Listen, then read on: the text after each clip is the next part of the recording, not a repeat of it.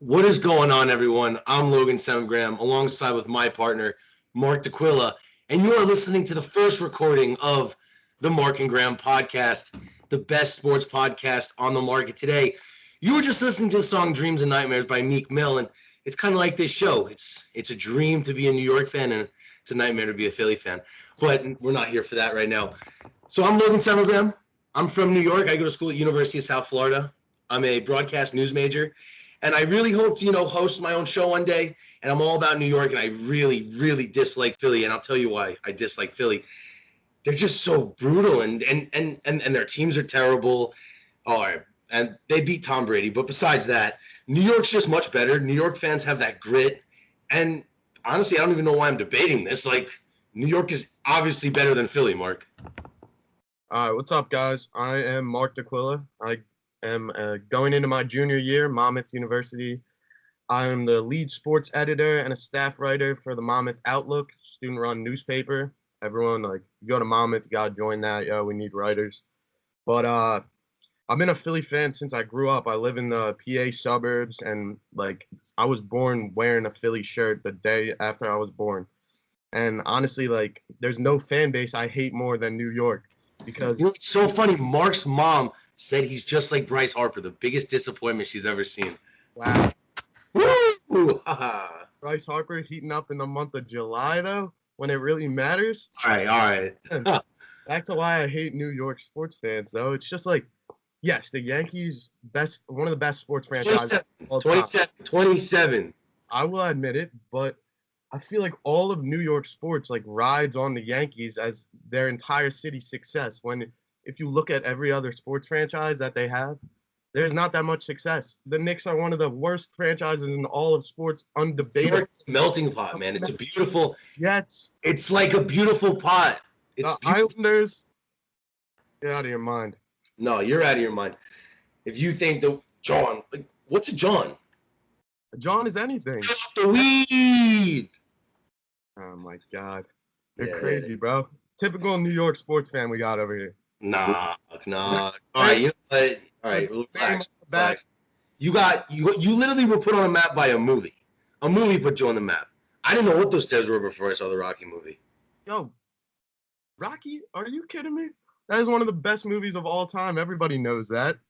Yeah. People in New York love that movie. The boxer was based off of is from Bayonne. That's closer to New York than it is Philly. Jesus Christ. And the accent, Philadelphia. Come on. The best thing that has come out of Philadelphia is the $100 bill. Crazy. How about our Constitution? Oh, yeah. Besides that. But it's been a pretty disappointing life to be a Philadelphian fan. I'd say. When you look at my lifetime, though, I've seen 2 championships in 2 different sports. I'm happy with that so far.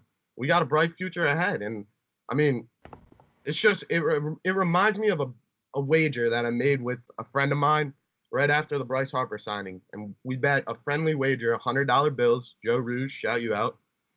And I said right after the Bryce Harper signing, I will bet $100 right now the next championship will be in Philadelphia before New York.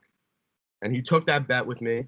And I feel like it's literally the Yankees versus all 4 Philadelphia teams. The only shot he has at winning that is the Yankees in the next 2 years, because the Sixers or everyone knows that. Clown alert! We got a clown alert. Everyone knows that. Clown alert! Stay off the weed. Why would you do that? This is like Philadelphia. You don't know how to put money on things. Speaking of that, we are going to have loads of segments on this show coming up today. Loads of segments. We got Clown of the Day. We're going to be hitting Cooperstown. We're going to be talking perfect games. We're going to be talking our top 6 NBA signings today. There's been a lot of NBA free agency. And truthfully, the NBA is taking over the market right now. I haven't heard anything about the NFL besides the fact that they're showing up to training camp. The NBA has taken the TV market by storm. And then we're going to wrap it up with our Mark and Graham of the Day. And that's how it's going to be. This is our first season. This is our first show. So enjoy this as much as we do, because trust me, we're going to have a great time. Always call in. We're always looking for people to call in. Yeah, we're definitely going to have a lot of guests on here. So, contact us, and we'll get you in. All you got to do is hop on a Skype call with us, and your face will be shown, and we'll be rolling and talking and debating your favorite sports, favorite teams. I have a radio show at school called Running with the Bulls. Shout that out. Follow that on Instagram. And I know Mark is a beat writer at Monmouth U. He has his own Twitter. You want to talk about that, Mark? Yeah, at Markdown Sports. I just like to get content out there, tweet about what's going on in the sports world, give my opinion. I like to get like feedback from different followers. I also post like all the articles I write at school on there, so you can follow those if you're interested in what's going on at Monmouth. It's a really upcoming sports program at the school, so there's a lot of good teams for you to follow and check it out. Now, I just want everyone to get to know us. What is your favorite Philadelphia moment in all sports? Dude, you don't even have to ask that question, bro. Everybody knows that. Philly special. You had that incredible call by Doug Peterson. That was a great season. I must say, it was very nice watching Tom Brady go down. Yeah, 100%. The Eagles Super Bowl, the parade was awesome. You know who beat Tom Brady twice? The New York Giants, no doubt. Eli Manning, baby. David Tyree, bless his soul. On two of the one of the luckiest plays of all time, and then I'll give it one of the best plays of all time. The throw that made Eli Manning's career to Mario Manningham, sideline, toe tap. One of my favorite Yankees-Phillies moments. Gino Martinez comes to New York, and the entire stadium is chanting, "Who's your daddy?"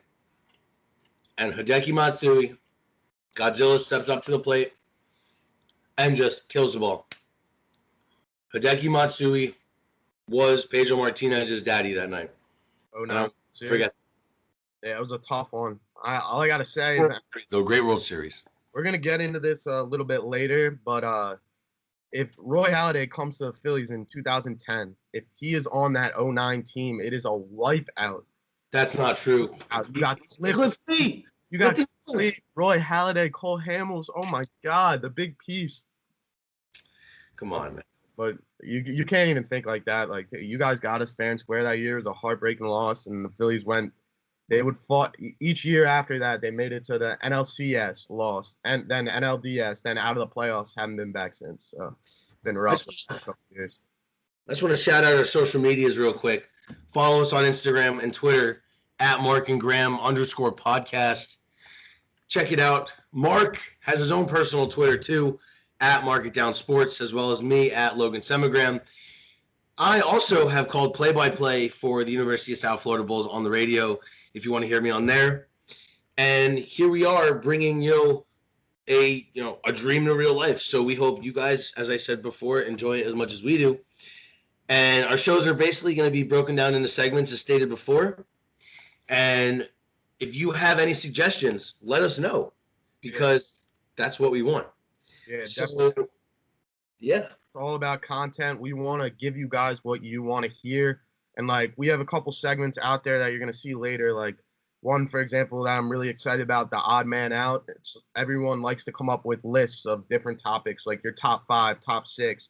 We're going to show you our unique take on how we're going to do our top lists. And we want to hear from you guys, whatever our topic is each episode, what you guys think should be different about our list, what your list would be.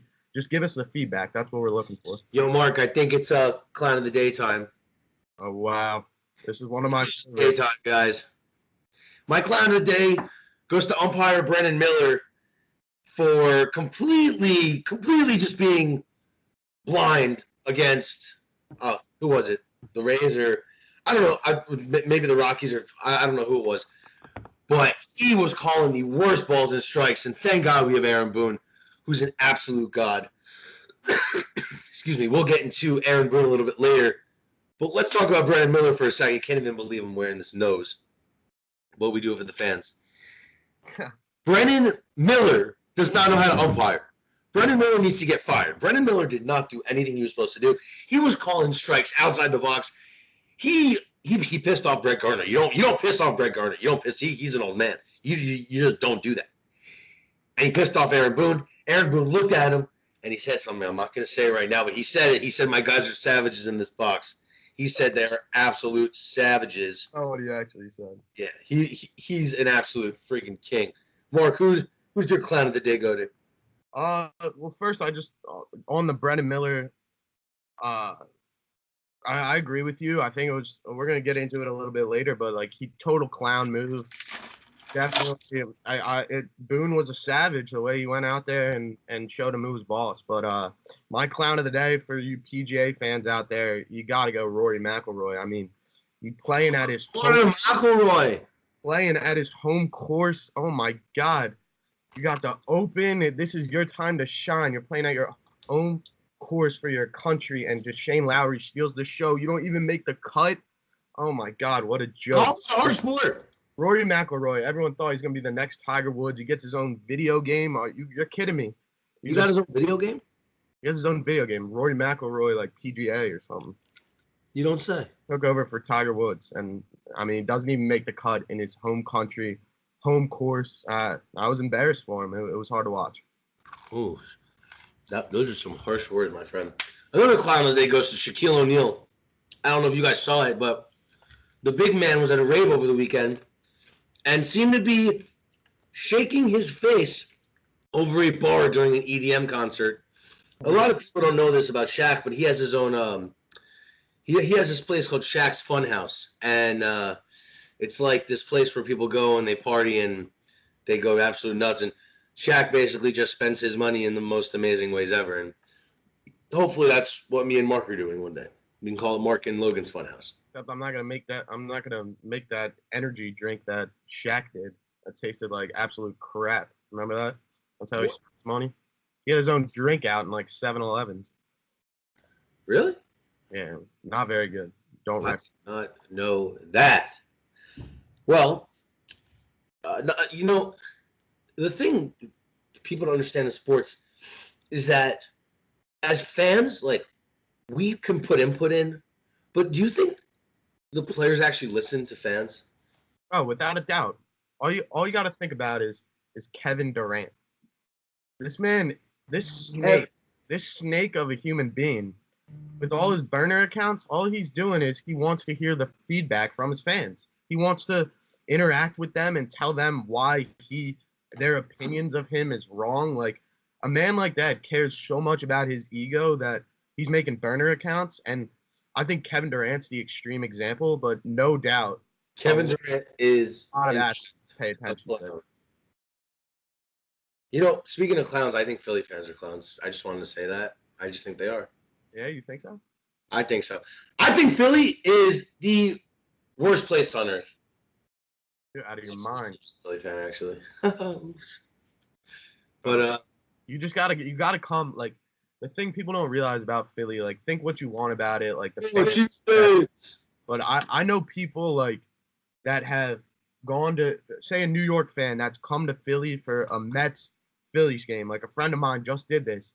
And, like, yeah, you hate Philly, but you get down to that complex and it's beautiful. And it's nothing like New York, where, like, in New York, all your stadiums are so separated. Like, MetLife isn't even in the state of New York. It is in New Jersey.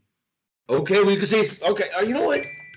Whereas in Philly, you can see all sports teams' complex in the exact same spot. You can sit in one spot and see all four stadiums. It's beautiful. You got Xfinity Live to bring it all together. Bars, drinks, food, everything you could want. All right, that was the timer, Mark. We're going to move on to the talk about umpire ejections and how really the MLB is now restricting a lot of what fans want to see, and that's umpires, arguing with them. And I think umpires are getting a little soft, Mark. Yeah, no doubt about it. The Boone ejection, showed that, baby. And the thing for me is, like, and I think this applies to every sport, but why is it this thing with sports that your umpires and your referees have got to be these old dudes that, like, can barely.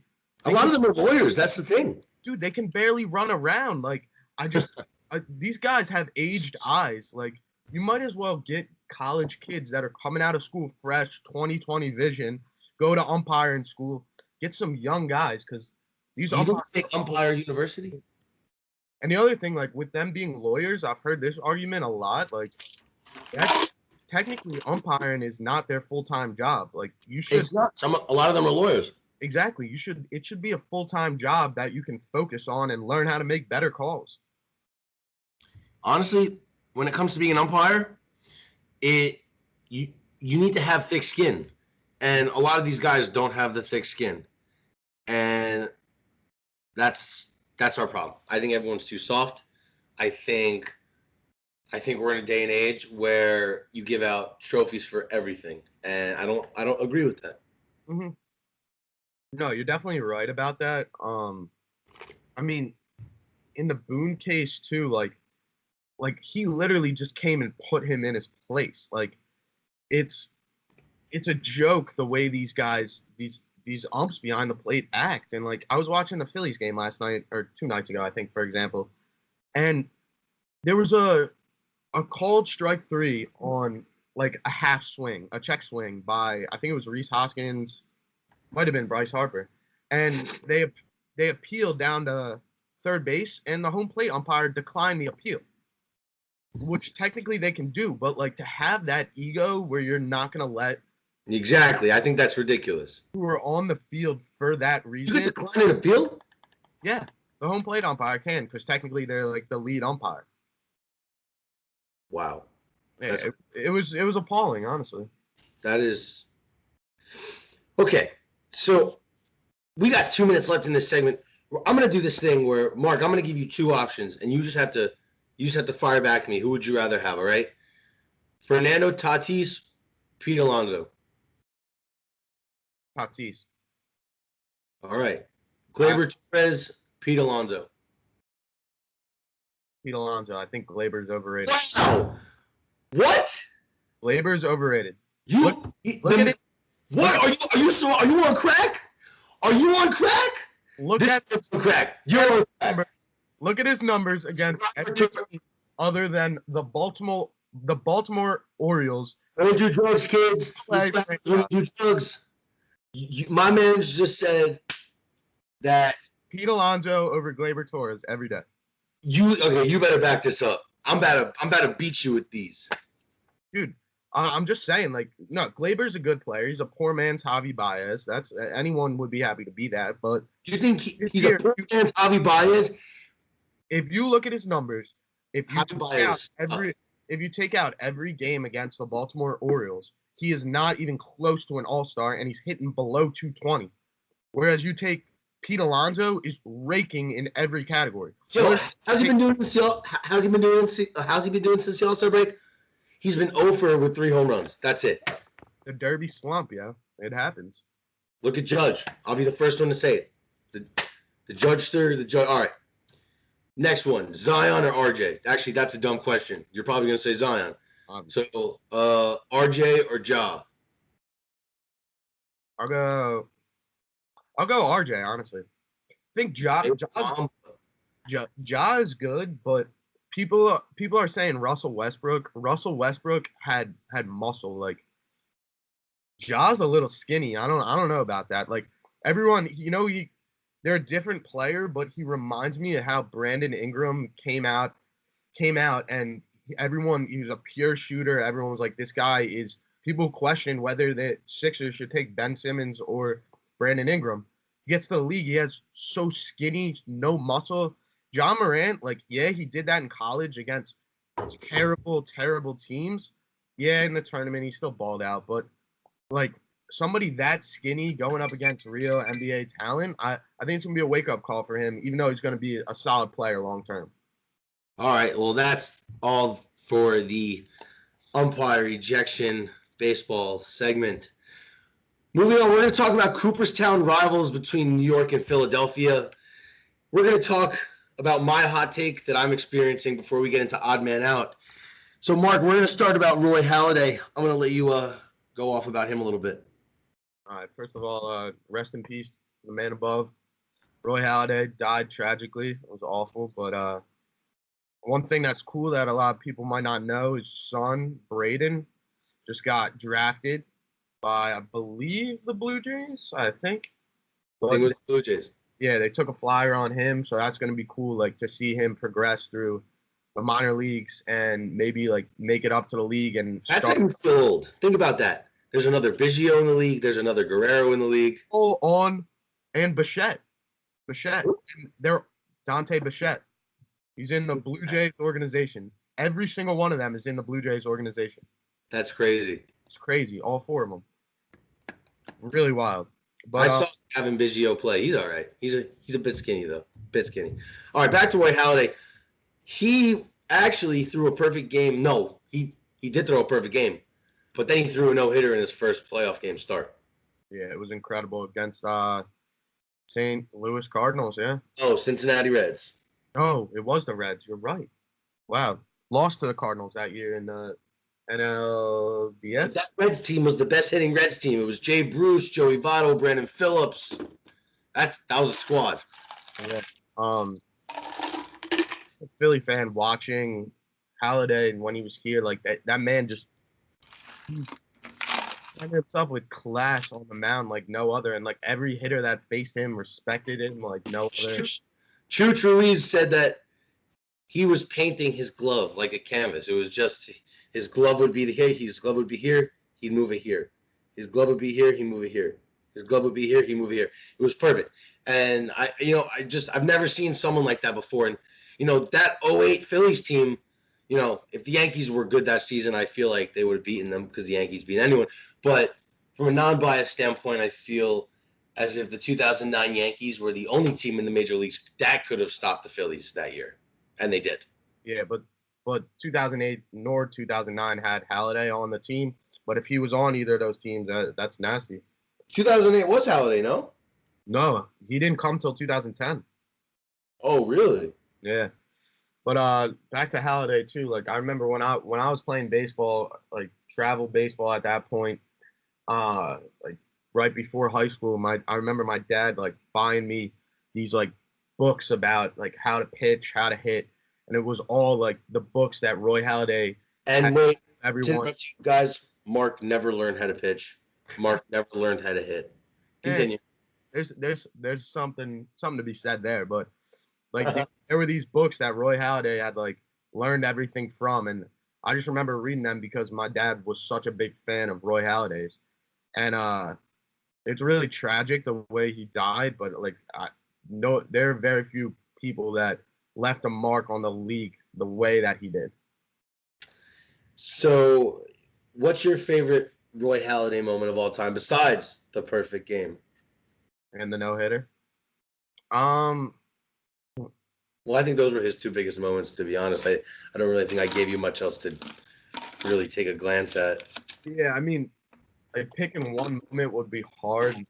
Which is why Roy Halladay is not as good of a Hall of Famer as Mariano Rivera. Wow, how many moments you got for Rivera's cutter? All right, well let's put it this way. Well, to start, Rivera's his 600 save. Yeah. That was, only Trevor Bauer had peaked that, and Trevor Bauer had 608. So Mo easily beat that. So when Mo became Trevor Hoffman, not Trevor Bauer, excuse me. He's got no saves. Trevor Bauer threw a perfect game. Did he actually? With the White Sox. Excuse me. How long ago? I don't remember that. All I'm saying is that Mariano Rivera, with that cutter, he had a cutter for 17 years. Yeah, beautiful. And for 17 years, hitters knew that the cutter was coming. And for 17 years, hitters couldn't hit the cutter. That is why Mariano Rivera is, in fact, the best on the ballot. He was the first ever unanimous vote. Even Ken Griffey Jr. wasn't unanimous. That's what I think is crazy. What do you think these guys are voting for? Like, why would Ken Griffey Jr. not be a unanimous decision? Dude, there's always some guy trying to make a scene when it comes to these baseball writers that are voting. Like, even, do you remember Dan Lebitard? Like, he had a vote, and when the steroid era hit, he refused to ever give in a ballot. So he would hand in an empty ballot every single year. So there were those years, there was no such thing as a unanimous vote because he would hand in a blank ballot because saying that the steroid. Dan Le Batard is the host of the Dan Le Batard Show. Oh my God. Highly questionable. Awful. Thoughts? Awful. Relax there. I think Le Batard's pretty good. You think? I think that I totally forgot what we were talking about, Mark. Yeah. All right. I'll bring. That's right. Cooperstown. All right. I'll bring you back. I have a good story for you. I heard this one recently talking about It'd be that good because Mark's a clown, but it's whatever. The Cooperstown class. I just heard this story recently that so Roy Halladay's obviously passed away, so he won't be giving a speech. I think tonight they give the speeches, correct? Or today? Oh yeah, his son's probably gonna give the speech. But his wife, when he passed away, gave away like a bunch of his memorabilia that he had in the house to Cooperstown. Yeah, to Cooperstown. And in the memorabilia, I believe, was this baseball that Mariano Rivera had given him one time when they were talking. And he kept asking him, how do you throw your cutter? How do you throw your cutter? And it was like a secret that Mo would never give anybody. So he marked on a baseball with a pen the spots that you hold your fingers to throw his cutter. And Halladay would like have a catch with his sons like trying to like match that pitch and just could never quite like figure it out. But he always had that baseball. But he said like even knowing the grip, that pitch was unrepeatable. And that is something crazy. And then he gave that's something pretty special. He gave the ball to Cooperstown. They have it now. Wow. Roy Halladay was one of those guys that, you know, he wasn't really a talker. Not at all. Yeah, he did his thing. Even when he was on the Blue Jays, he really just, you know, wasn't a talker, but he was one of the best pitchers. They called him Doc. You know, he was the Doc. He was the Doc. Everyone listened to him. If he said you needed something, you would do it. And honestly, Rivera was the best. This is a great Hall of Fame class, and you got two guys. Rivera. You got two guys right there that you got two guys right there that are some of the most well-respected players in MLB history, no doubt. Oh, like that's a great class. Without a doubt. But I think that Mariano Rivera, you're never going to find someone who was able to take such a simple pitch and make it his own. You know? It was his cutter, you know? Statistics will never, ever be matched because, we're about to get into this too. The way that baseball has changed over the past 10 years, there's no pitcher that'll be a closer for that long anymore. And also, like saves get split up by a lot of guys. A lot of people go with a committee approach for their closer these days. Exactly. The New York Yankees. You know, Chapman only goes in when Chapman has to come in. Exactly. And we could throw Green. We had Stephen Tarpon throw 3 innings, you know, to finish out the Rockies 2 days ago. And he pitched phenomenal. Stephen Tarpon pitched phenomenal. The best I've ever seen. It's all analytics. They're changing everything. Whereas back when Mo was pitching, analytics or not, Mo was facing every single batter in the 9th inning, no matter what. And even if he's facing a guy who I doubt there were any has taken Mo deep 3 times before, Mo was still gonna go after him. You know what I mean? Yeah. And Mariano Rivera was one of those guys that he's just a part of the Yankee. The Yankees became a business with that team. Mm-hmm. You know, Jeter, Pettit, Posada, Martinez, Torre. You know, those guys really made the Yankees who they are. And I just think that without them, there wouldn't be as many titles. Obviously. That's like saying without Nick Foles, the Eagles wouldn't have a title. Yeah. You know, kudos to Nick Foles, now that we're talking about him. Respect. You got. I have a hot take for you. And on our Instagrams, we often do polls, and I won the poll because New Yorkers just have better opinions than Philadelphians or. Look, I won the Twitter poll though, yo. Um, 1-1. there's never going to be a perfect game thrown ever again. Ever again. And I'll tell you why.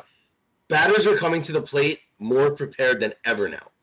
You go into the batter's box and you've just watched an iPad with your previous at bat against the same pitcher exactly before, and you know what to do, and I think it ruins the game, Mark.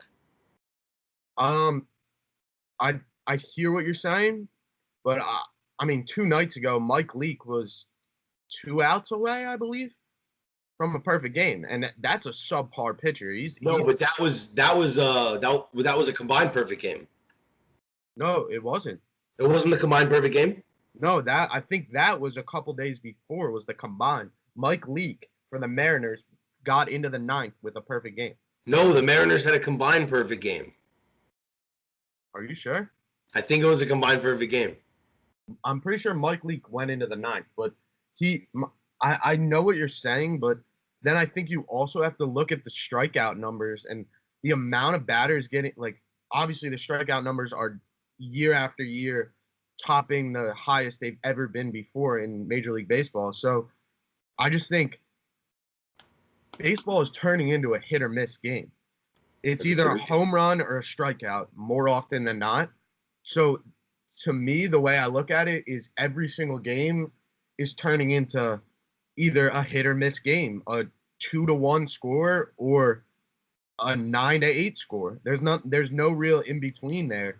So I think although the pitching isn't as although the pitching is having a tougher time facing prepared batters, I think with the strikeout numbers going up, you're going to get those times where like a Max Scherzer takes the mound and strikes out 14 and nobody touches him, and that's the kind of guy that's going to throw a perfect game. Well, Max Scherzer is unbelievable. A-Rod said this perfectly. A-Rod being Alex Rodriguez, he said that we're in an age where, if you go 1 for 4 with 3 strikeouts but hit a home run, that's okay, and that's not okay with me. That's what he said, and I agree with it perfectly. The game is changing. Yeah. And you could literally strike out 3 times and hit a home run, and everyone forgets about it. And back then, you look at guys like Jeter, Posada, Tino Martinez, Paul O'Neill, Joe Girardi, like Johnny Damon when we had him, like guys that you wouldn't even expect. Hideki Matsui, those were all hitters. We hit the ball. We weren't just guys. There's no such thing as slap the ball the other way approach anymore in baseball. There really just isn't. And it's like, I mean, we're going to get into this later, the topic that everyone wants to talk about, Bryce Harper, who is heating up like crazy right now. He's still, if you watch his swings, it is rare that he'll ever take a pitch and be like, I have 2 strikes. I just need to put this ball in play and see what happens. No, he's going for the long ball into the second deck. And it seems like every player coming up now is like that. Like Vladdy Guerrero Jr., he's our age, and there is no shot that he's slapping a ball the other way. He is trying to drive everything out of the park. Agreed. And I think that Vladdy Jr. is, just because his name, and I don't want to take away from his talent, I just think that you're not, you're a hot commodity for a season, like Chris Davis. Yeah. Hits 50-plus home runs one year and gets a ginormous contract, and look at him now. Sucks. I think I see your point, but, if you look at his stats in the minor leagues, this guy is actually, raked.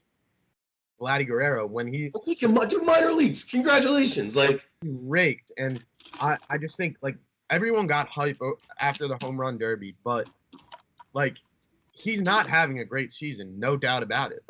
Pete Alonso blows him out of the water in every single category. Yeah, Alonso got, a 1-month head start, but still. But I think down the line, Vladdy he's gonna be a beast. The biggest issue though you got to think about with him is his weight. He's like Pablo Sandoval playing third base. It's like problem. And a lot of people don't realize this, but when you start your career at third base, you have nowhere to move but maybe first base when you get out. Now, is that? A lot of players when they come in the league, think about A-Rod. You come in the league in your best shape, you go to shortstop. You're the best player on the field, you go play shortstop. You get a little bit older, they move you over to third base because you don't have to move as much.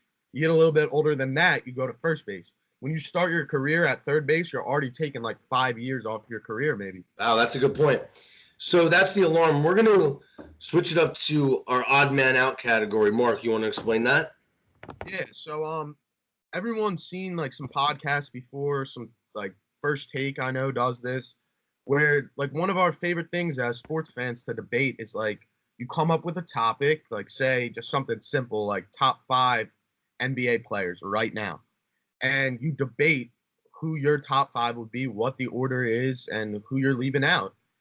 But we're gonna take, and I know like part of my take, the Barstool podcast, really popular. They do Mount Rushmores, like just picking 4 of whatever the topic is. So our unique take on that, we're gonna go with a segment that we're calling Odd Man Out, and this is gonna be lists of top 6. So you have your typical top 5 list of a category, and then your odd man out, who is your 6th man, the guy who doesn't quite crack the top 5, but you still would have him above. Like your Bryce Harper, you know, right there, but he just doesn't make it. Let's see about that. Red flag. Yeah. Bryce Harper is a red flag.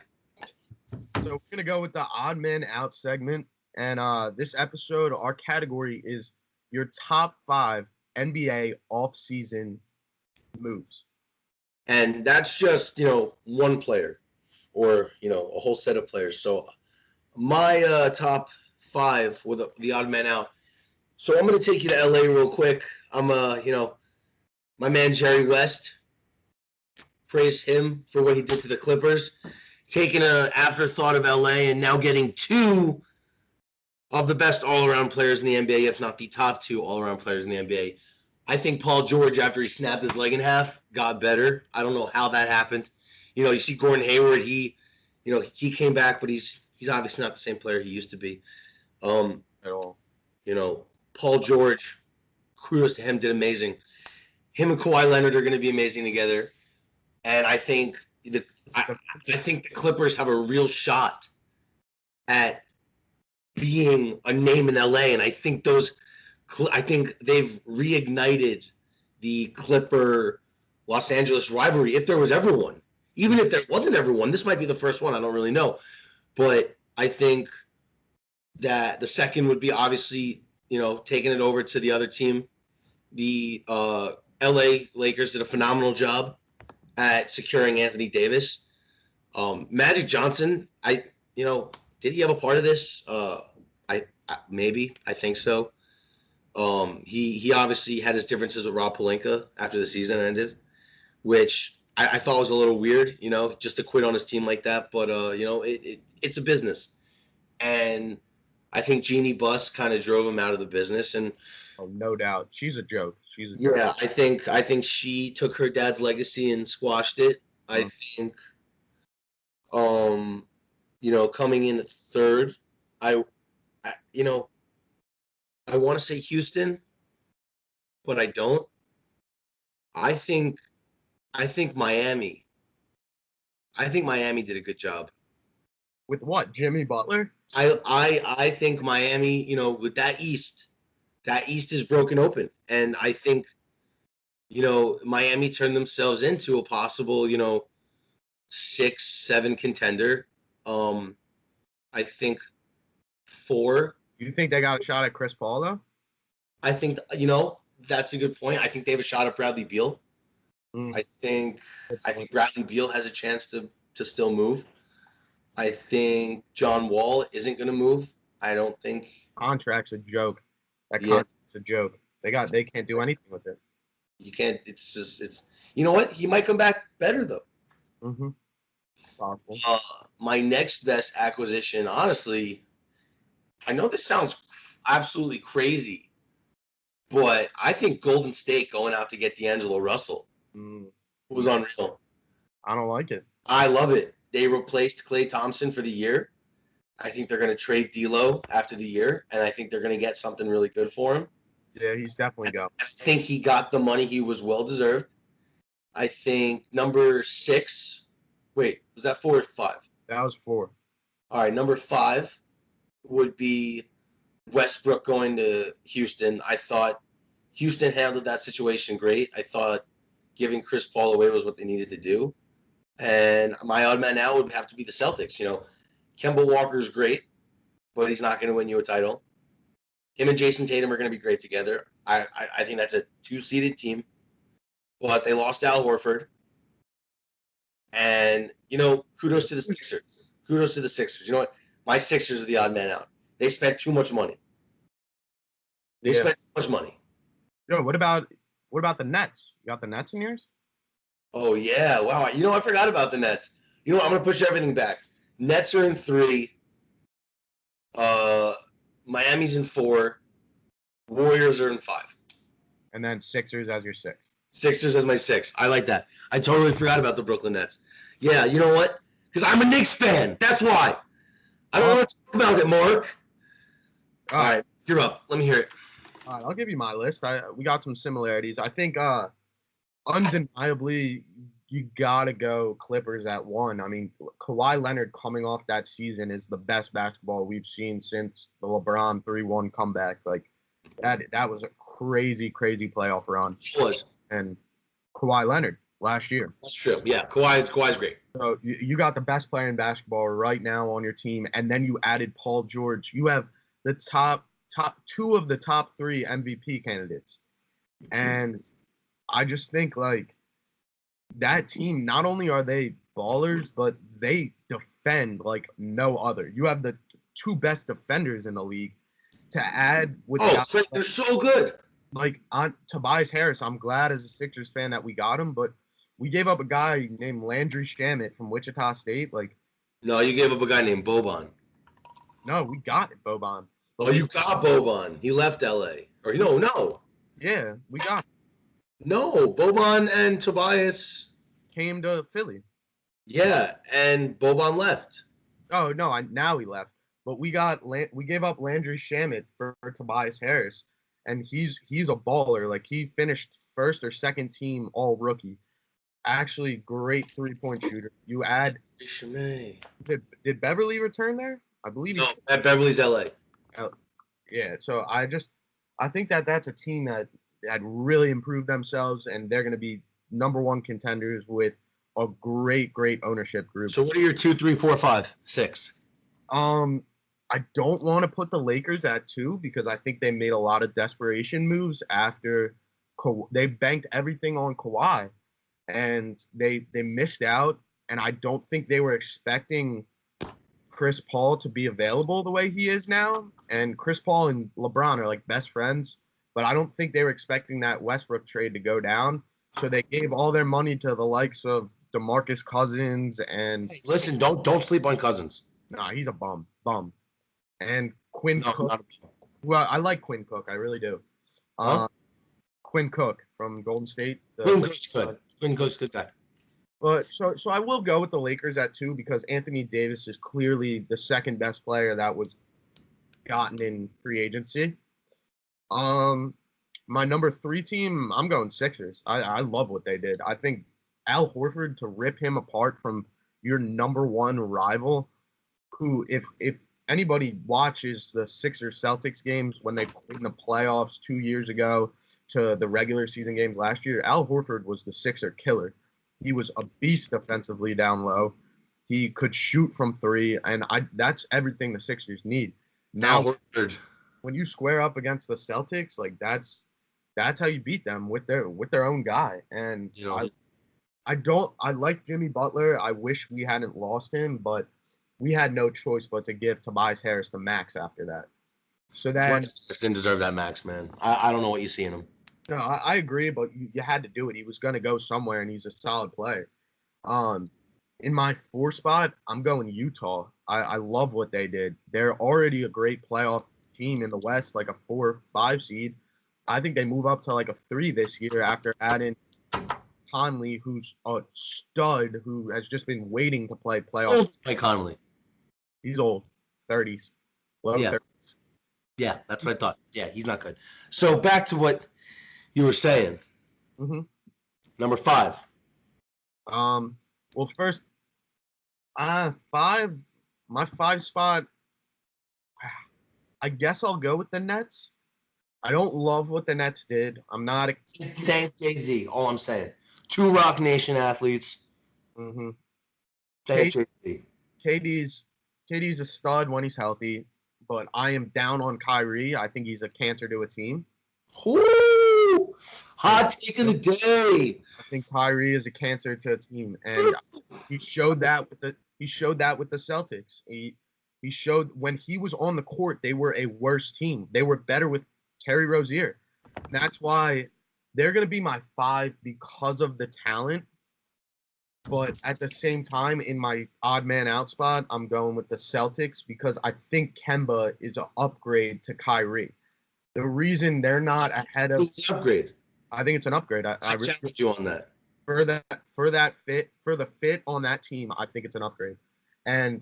But the reason they can't be in the 5 spot is because you lost Al Horford to your biggest rival, and that kills them. It really does. Enes Kanter, he's all right, but that was a nice backup move. But you lost Al Horford, and they know how much of a value he had to that team. Speaking of Enes Kanter, he was a pretty good asset to the Trailblazers this season. So it's going to be exciting to see how he fits in with that rotation. But it seems like he's well liked from everywhere, and he made a smart comment during the press conference, and they asked him why he chose number 11. He said, "So no one else will," and that's exactly what Kyrie Irving said when he got the number.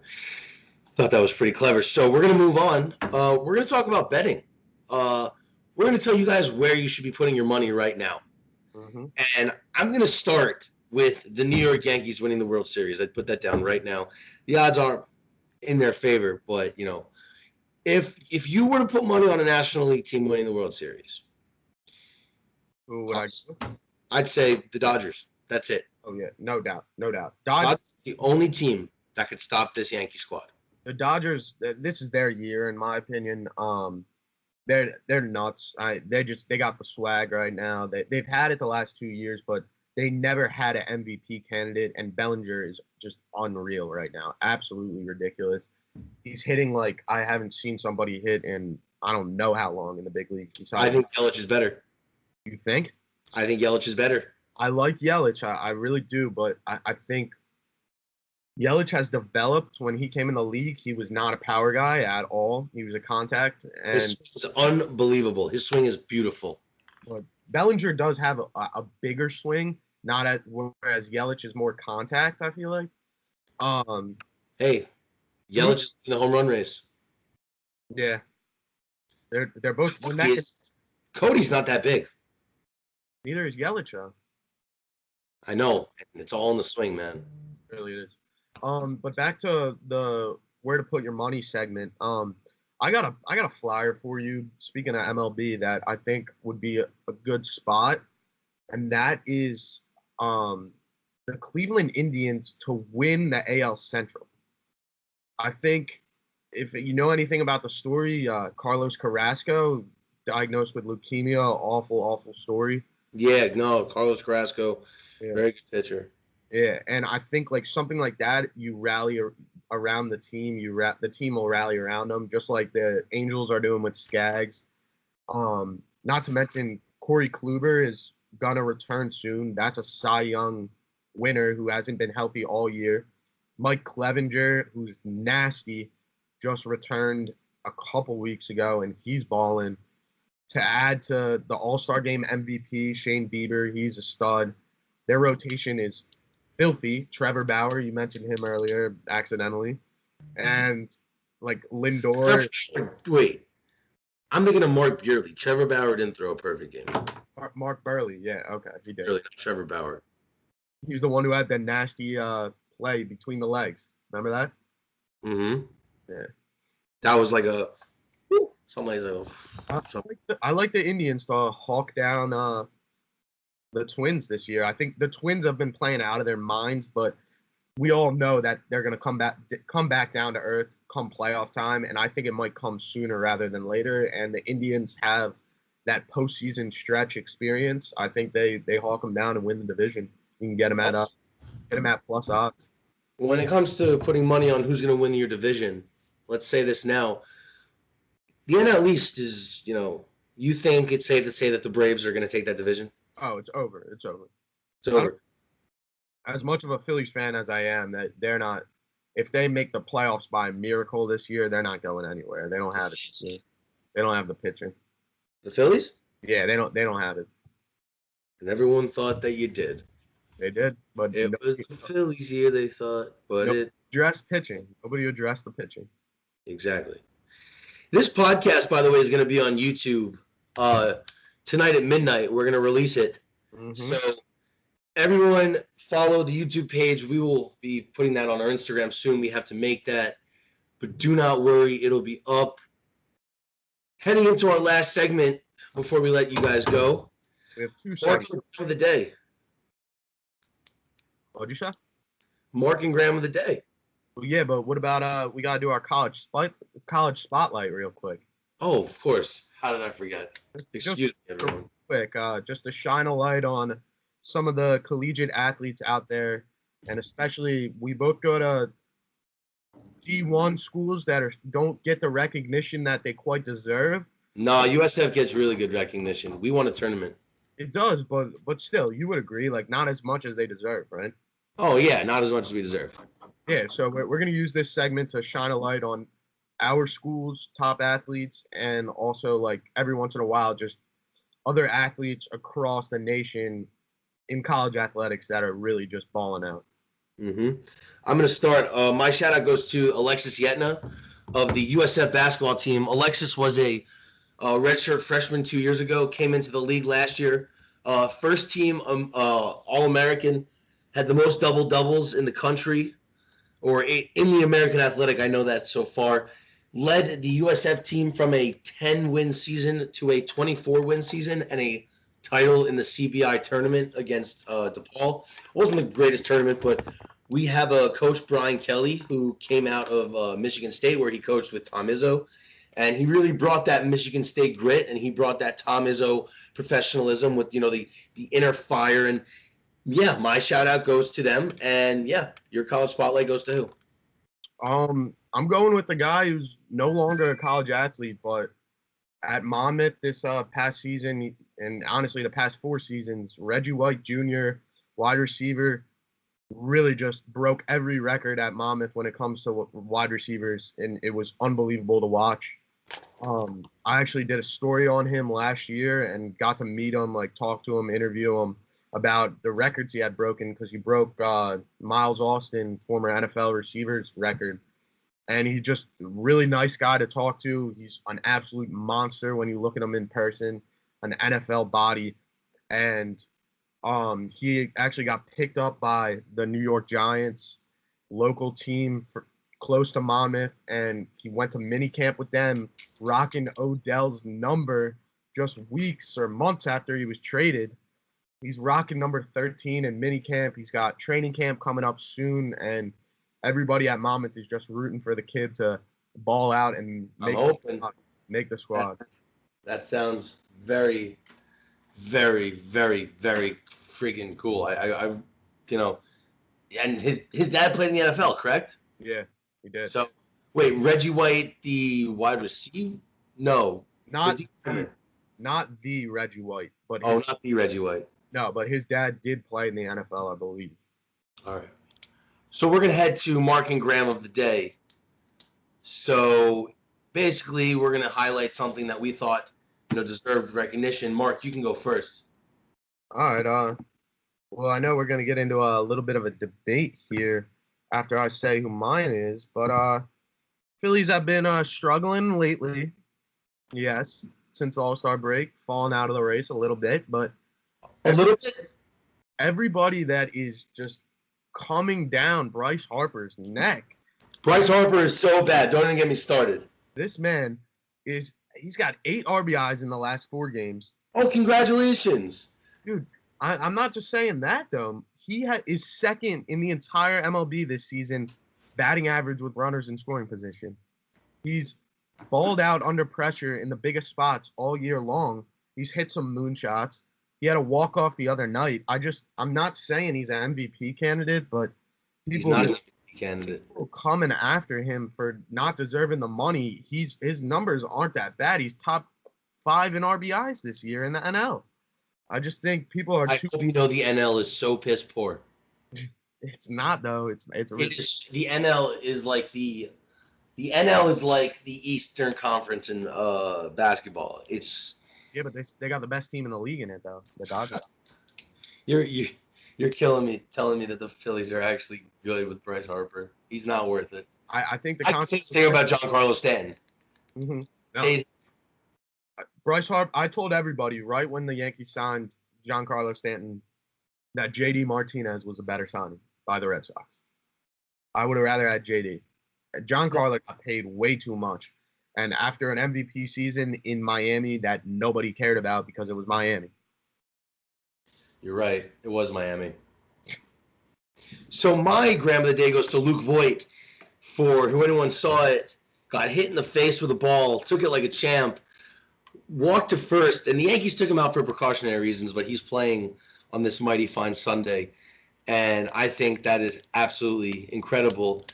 And, baseball, you don't really think about toughness, but, that ball coming in 90 miles an hour hitting you in the face, it doesn't feel good. Not pretty, yeah.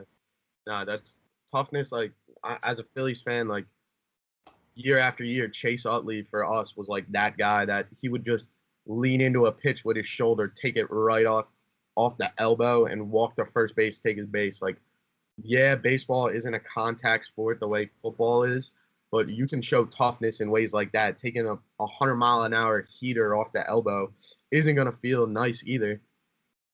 People don't recognize. The Yankees are currently down 7-2 to the Rockies in the bottom of the 7th, and DJ hit a home run, of course. DJ LeMahieu's batting .334. Dude, I'm an MVP candidate, no doubt. You think so? He's up there. Batting title, I think. If you're listening, follow us on Twitter, follow us on Instagram, @MarkandGraham_podcast. DM us your ideas. You guys know us. Give us a call if you have our phone numbers. Let us know how you thought of this podcast, because we're gonna keep coming back week after week. Mark, you have any lasting thoughts? No, I just wanted to say, like, we're all joining in on this podcast together. Like, it's a group effort with all of our fans and friends out there. Like, we all know. I mean, I have a bunch of friends from school and home who have wanted to do a podcast for so long, and me and you took the necessary steps to achieve this. Shout out Mike DeGangi. But that doesn't mean that we don't want other people to be involved, calling in and just talking sports. Like, we're a millennial generation that doesn't get our words out there enough, and we want our opinions to get out there just as much as Stephen A. is yelling every morning on ESPN. Well, from me and Mark to everyone listening, thank you, and we will see you guys next week on the Mark and Graham podcast. See you guys later. All right, we look forward to talking to you guys. Thank you.